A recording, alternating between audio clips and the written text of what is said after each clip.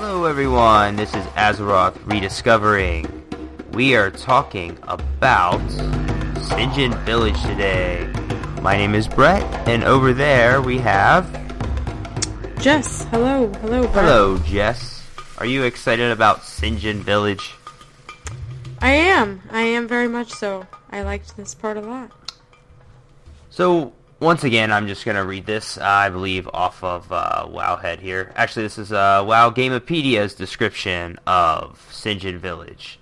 So after the trolls of the Darkspear tribe were forced to flee Echo Isles because of Zalazane, Vol'jin relocated his people to the southern coast of Durotar. Vol'jin named the fishing village after his father and former master, Sinjin, who fell while saving his people from rampaging Murlocs long ago, during the Third War. So also, in Cataclysm, though, this village became the main stage for the Zalazane's fall, and slightly expanded after Cataclysm. So this village is also the main stand of the Darkspear Rebellion, and was attacked by the Kor'kron army. So, we have another troll village here, and we have many huts. I shouldn't say many. Really, there's maybe like 3 or 4 huts, and I think some of them are pretty small. They have the troll,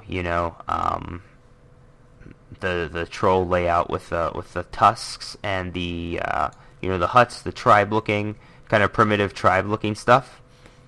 Right. Much like we just saw at Echo Isles. Now, we had left Echo Isles, and we had started heading towards Sinjin Village. Now, the last quest in Echo Isles just kind of have, as I have down in the notes here, that there was just abrupt stopping. I don't know if you had noticed, or if you had, this is your first playthrough on any WoW character, but the stuff had flowed pretty nicely.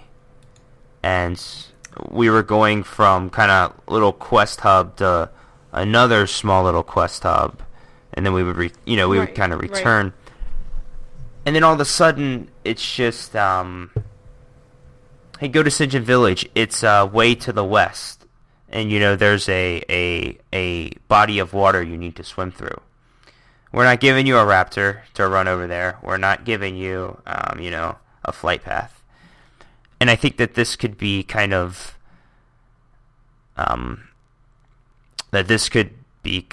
off-putting for a new player. Just you had me there kind of guiding you, like, yeah, let's go, we can swim. Yeah, I'm not 100% sure that I would have known right away that I was expected to swim over there. I also, this point in the game, I didn't even know if I could go in the water. So that added a little bit, like, had you not really told me, I mean, I would have eventually stepped in to see what would happen, but, nothing really gave that away very easily, I don't think. Yeah, some video games, you die if you go in the water. Right. Spider-Man. Spider-Man can't swim. Like you don't die, but you get thrown back on the land, and I think you're missing some health. I don't know. In Crash Bandicoot, you couldn't get in the water. And I'm familiar with that game, and that's pretty much it. There you go. Crash Bandicoot. Now, Lara Croft could swim. That was a large part of Tomb Raider. Right. Yeah. You even had underwater combat. I remember those frogmen, and their they had their harpoon gun, but you also had a harpoon gun. So, I don't remember the exact level, but I referenced a level in our last week that caused my dad and I to go to the mall to get the strategy guide, and it was a water level. There were harpoonists. I remember that. Those water levels, they're not good ones. People don't like those. Yeah. Alright, so we have the abrupt stopping. We make it over to Sinjin Village, and if you remember us from a couple weeks ago, we stated we started on a private server. Now, this was about as far as we had made it on a private server. We started in the Valley of Trials, and we moved over to the Sinjin Village, which, but now we've come from Echo Isles, and we are in Sinjin Village. And do you remember us getting over here?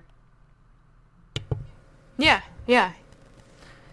So this does look a little bit better than it did on the old Vanilla WoW, the 1.12 version of Vanilla WoW that we were playing on. So all the graphics have been updated, as we talked about before, and it looks much, much better.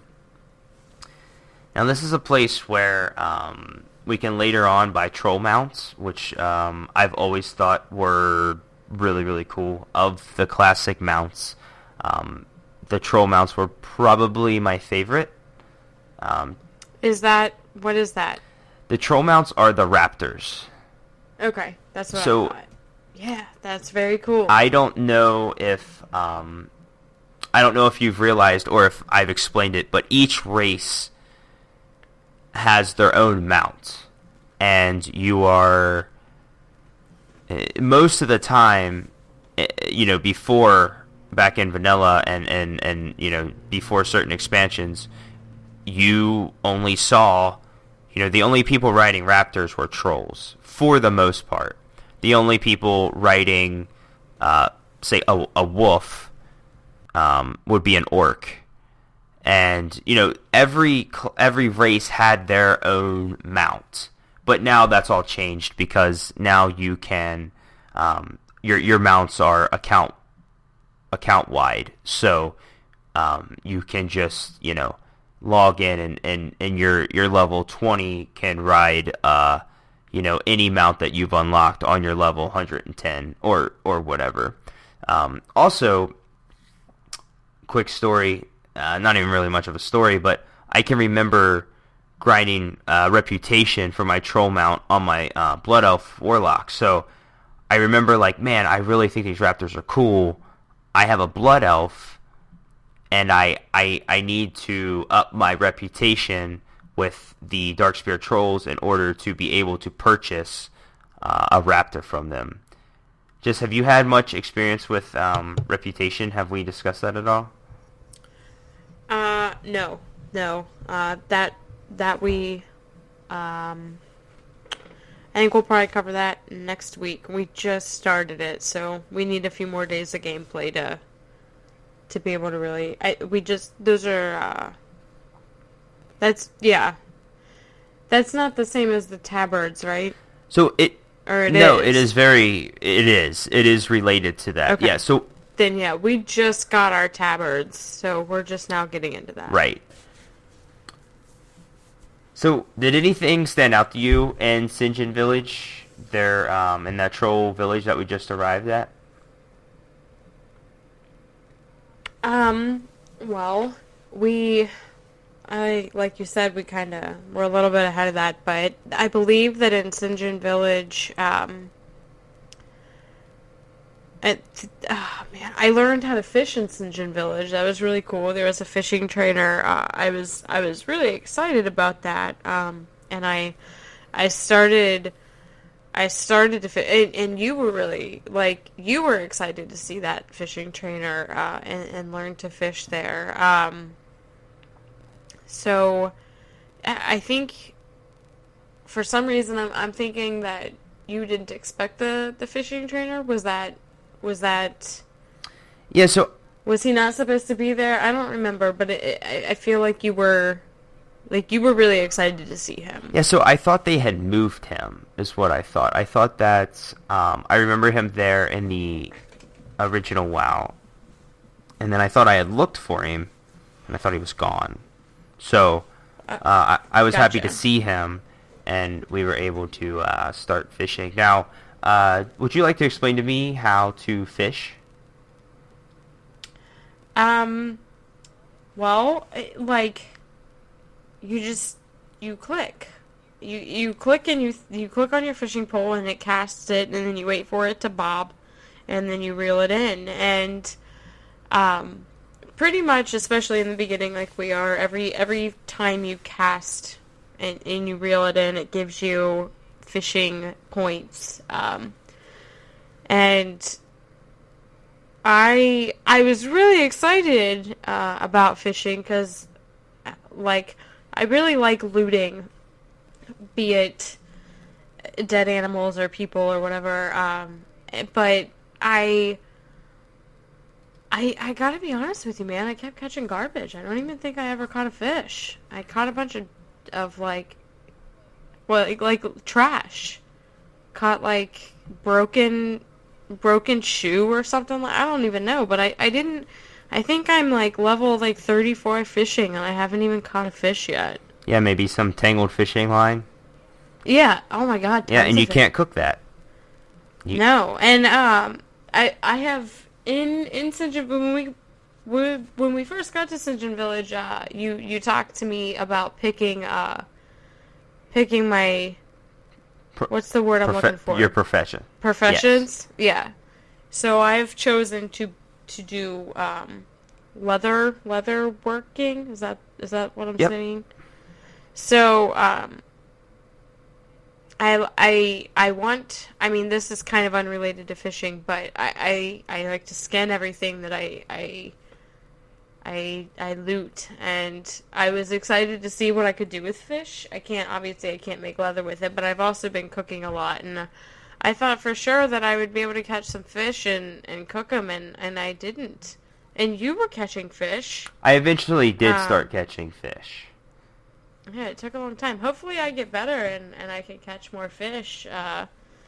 But I mean, looting has been, like, that's probably one of my favorite aspects of it so far, is going on, especially because I'm leather working is one of my professions, so the animals and stuff that I kill, I get to skin most of them. I keep trying to skin people, though. I think I'm not allowed to do that. I think that's against the law. WoW doesn't let me skin people. That's against Azeroth's code of conduct. And just society in general, right. I think frowns on that. Yes, that would not. But I like to skin things. I really enjoy that. I like the noise it makes when I'm skinning it. I like that. I get pretty disappointed when I kill, what do you call humanoids? Is that what you call them? Yeah, so the humanoids, you cannot skin. They drop, they drop cloth as kind of their specialty loot in a way. Well, and there's very few things that I can do with my leatherworking with cloth. I think there might be a couple, but I can't do them yet.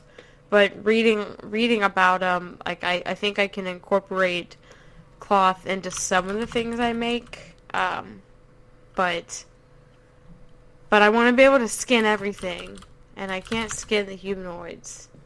I was playing the other day without you. It was just like I was just not like playing. I know. I was just spending time in Smorgasbord, getting rid of my bags and stuff, like cleaning up my crap, and I went hunting, and I was able to find... What did I find? I found...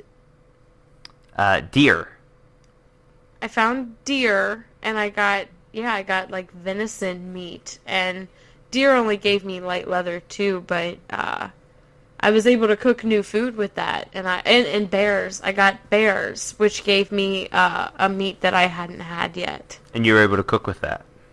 And I was able to cook with that as well. And I really like questing and doing that stuff is really fun, but I'm super enjoying like leveling up my knowledge, my skills. Yeah. I think is what we call them in this game. Your professions, your skinning and your leatherworking. Now cooking.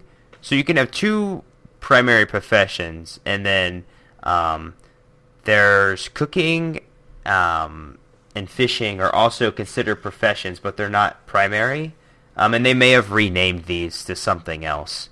But And then I believe there's also archaeology and something else, maybe. I'm not totally up to date on everything. I haven't, I've only been kind of back into WoW for just a couple weeks now, and I've been gone the past, like 3 years, so I don't know everything. I'm learning a lot as I play, and I'm reading a lot to kind of brush up on knowledge, but I certainly don't know. There's plenty I don't know. What is my other profession? I'm drawing a blank. Well, skinning is one, and leatherworking is one. So you may kind of think they go so well together. They go together very well. I kind of thought they were the same, but okay, that's right. Yeah. Yeah, I super enjoy that, and I wherever we are right now. Well, not right now. A couple days ago, I remember like logging in when you were doing something else, and like all I wanted to do, because something that I don't like about when we play together is that when we're out questing and we get separated, which is fine, but like if I kill stuff, I can't skin it until you loot it. But it's not like conducive for you to come all the way over to where I am, and so I kind of like to get on and play by myself a little bit because I get to like skin stuff, and that's how I'm leveling up my leatherworking, is by skinning. So I wish there was a way. I wish there was a way that I could skin without you looting and it wouldn't mess up the game, because I really enjoy that part. And there used to be an option to turn loot to free-for-all. And I've looked for that option in the party options many times, and it is just not there. And there's even an option that says pass on loot, but that doesn't do anything either. So it used to be if you put it on free-for-all, basically the first person to click on the character on the thing would get on the dead mob would get the loot, as opposed to every other mob, you get the loot so that it's fair. Free-for-all would make it so you could go over here, I go over there, and then, we could loot. I can't seem to do that this now. I don't know if there's something else and it's called something else, and I just don't see it, but it seems to just be totally gone. And that does pose a problem when you're trying to skin. If anyone knows, let me know. That would be great. Alright, so let's see. We're going to check out couple quests here. First, though, I want to touch on something. We see our first flight path here, which is a bat handler. It's not really important that it's a bat handler, but it is our first flight path. Do you know anything about flight paths, Jess? I know that they are to get us from a far point A to a far point B. I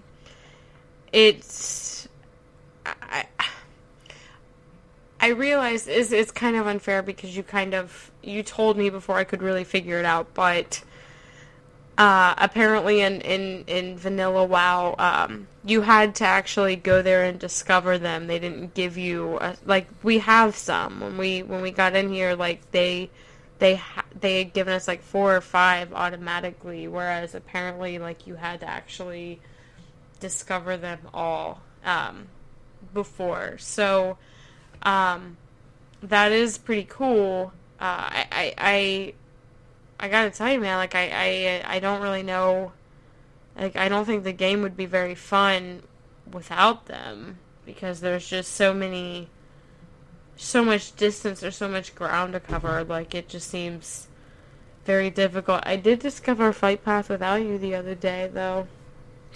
When I was out killing bears or deer or something. So you have one that I don't? I do. Uh-oh. I'm sorry, but it's like kind of in a silly place. I did find this train track that took me. I had a pretty good day that day. I found some cool stuff. I don't know if I can find it again though. Like, I don't know It was by Smorgasbord somewhere. Yeah, I think it might have been out the back of Orgrimmar, out like the kind of like back entrance, which a lot of people don't really go to. I went up there and I went through like a doorway and it was like, you are in Horde territory, and I was like, I think that's okay. I think I am a Horde.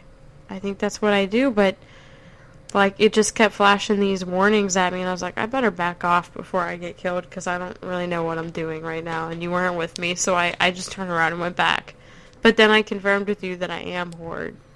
But I was like, it was giving me very like ominous, very warning signs. Like, it looked like I was in danger. Alright, let's take a look at these quests. So, again, these aren't going to be all of the quests. These are just going to be a couple that kind of stood out to us. So, first we have Breaking the Chain. And this is our first time that we see humans in Azeroth, as far as our playthrough goes. And they're not actually Alliance characters, but they certainly have this like Alliance look of just, human, kind of white and blue attire. And the quest is to go out and kill humans and dwarves that are carrying these gigantically, like, large crates that are... I don't even know what is in them. The quest may tell what's in them. Maybe some supplies, I think. But they are gigantic, and it looks ridiculous. So there are two people carrying each crate, and we have to go... I believe the first quest is to kill... is to destroy the crates. We don't have to actually kill the people, but they do attack you when you destroy the crate. So they're very easy to kill, though. I think they take like 1 or 2 hits because they're like level 1s or something. And then you destroy the crates, and then you have to go back there and kill some of the humans, and then we also have to destroy their plans to attack the Horde. And this is a pretty prime example of a very common quest in WoW, which is, to go out and kill this many things, or to go find or destroy, which is essentially the same thing, certain items. And these guys have these really strange, like, jump charge attacks when you aggro them, which I had never seen in WoW before.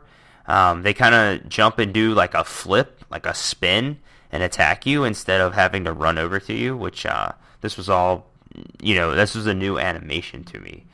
I don't know when that was added, but it was cool to see some new enemy attacks.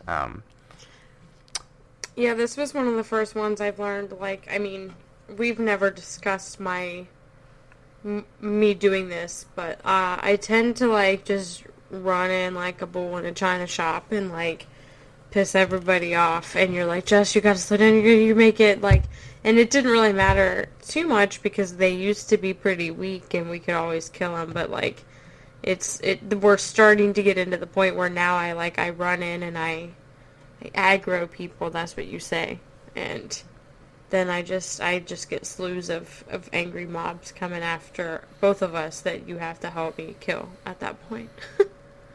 And this was like our first experience with that, I remember. Yeah, so they had some mobs patrolling, which I don't think that's the first time we saw it, but that means that they're kind of walking on a path. So you might be fighting one, and if one kind of gets close enough in their aggro radius, they will join in on the fight and start attacking you too. So you have to be careful. If you're not prepared for that, if you're a new player and you're not you don't really know exactly what's going on, you could theoretically, get ganged up on by 3 mobs and die.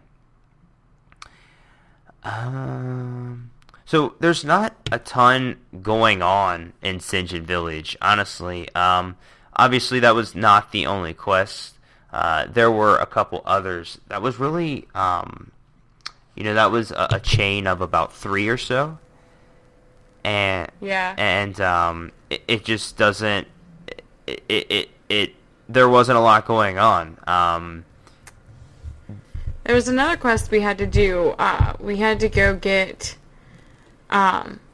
scorpion venom. Do you remember doing that? I do. I had totally forgotten about that. That is right. Yeah, we had to go get scorpion venom. And like this was another quest where we had to use an item. We had to place totems and then have the scorpion. This was really tricky. And it was worth it. It sticks out in my mind because we had to target the scorpion, and then right before it attacked us, we had to put that totem down so it captured the venom. And we just kept we kept killing these scorpions. Remember that? Like, we just kept killing them before we realized we were trying to kill them and loot them for venom, and we were like, we're not getting anything. What are we doing wrong? And it was like, this was pretty tricky because it didn't really tell us how to get that done. Right, and this just kind of goes back to like this dumb WoW mentality of rush through everything. Like, don't even read the quest. Just head towards this highlighted area on the map. You know, mouse over some things, see if it's a quest objective. If it is, kill it or collect it. And this, you couldn't do that. Like, this was technically a quest objective, but if you killed it, you didn't get what you needed. So you had to aggro it, then use your item, which again was still kind of new to us, using the quest item. And the quest item would only last, after you place it, it would last maybe like 5 seconds. So if you placed it at the wrong time, you couldn't throw it down, then aggro the scorpion, because it would despawn before the scorpion would do its poison attack on you. So I say scorpion. It's like a scorpid. I think they're called scorpids. Anyway, they're obviously scorpions. You couldn't. Your thing would be on cooldown, and then your item that you needed to use would be on a 10-second cooldown, and you'd have to either sit there and wait and hope that it does that attack again, because it had a little cast bar where you could see it, or you would just have to kill it and go to the next one. Let's see. Alright, so that's all for Sinjin Village at the moment. Jess, unless you have anything you want to add to Sinjin Village. Well, I think the next big quest we did in Sinjin Village took us out and took us into what we're going to talk about in the next stop, which was Razor Hill.